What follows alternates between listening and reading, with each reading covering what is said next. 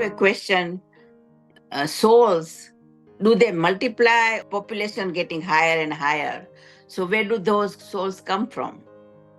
So you have to read a lot of books to understand that. Okay. Oh, really? Right? But to just give you an answer in the nutshell, the souls don't multiply. You see, now you have to read the book, The Three Waves of Volunteers by Dolores Cannon. Okay. The Three Waves of Volunteers. So when you read that book, you will have an understanding why there is a sudden population explosion after the Second World War, why there is a lot of baby boomer time. And then you see, during the whole process of the Earth evolution, now we are in a very critical stage. The whole planet Earth is in a critical stage. The critical stage where the Earth is shifting its dimension from the third dimension to the fifth dimension. Now let me speak something about the stellar enlightenment. Okay, so I'm going to speak about the bigger picture. The Earth has seen many civilizations for thousands and thousands and thousands of years. And every time the civilization, once it reaches a particular potential, then they misuse the gifts, all the gifts they misuse. So again, the reset happens. Like we have Atlantis, which is like 13,000 years, 13 to 15,000 years ago, there was an Atlantean civilization. So that got collapsed. And again, a new civilization has come. If you go to Bosnia, see the pyramids in Egypt, they were built around like 8,000, 10,000 years ago. But you go to Bosnia, there are pyramids in Bosnia. The official carbon dating is 29,300 years. So the pyramids were built 29,300 years ago. Wow. Now Jesus Christ was born 2,000 years ago. Yes.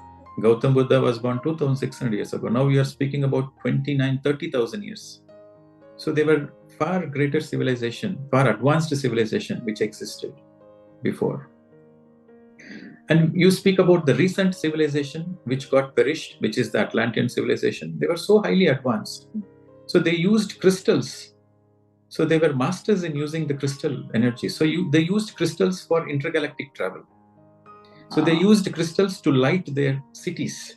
So they generated electricity with crystals. Okay. So they were such highly evolved. But then their technical advancement didn't match with their spiritual evolution. So they started collapsing. So there were so many civilizations on the planet Earth where they went through a reset. That means there was an entire collapse, and then again a new civilization comes. So this is the first time where the Galactic Council, the Intergalactic Federation, so they have decided that, no, this time we are going to do an experiment where we will uplift the whole humanity.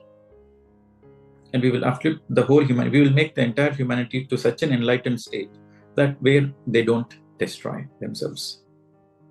Okay, so this is an experiment they have started almost like 1,000 years ago. So you should read the book Sunshine Before Dawn by Judy Satori. That's another book you have to read if you want to understand about the stars and the galaxies and the bigger plan, if you want to understand more about the stellar enlightenment.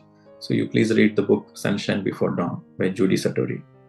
So when you read the book Sunshine Before Dawn, you will understand the big experiment of uplifting the whole humanity. Okay. So for your question, the simple answer is, right now, there is a great calling which was given to the whole galaxies and our neighboring galaxies. So the many star beings, they have volunteered to come to Earth to be part of this experiment, to raise the consciousness on the planet Earth.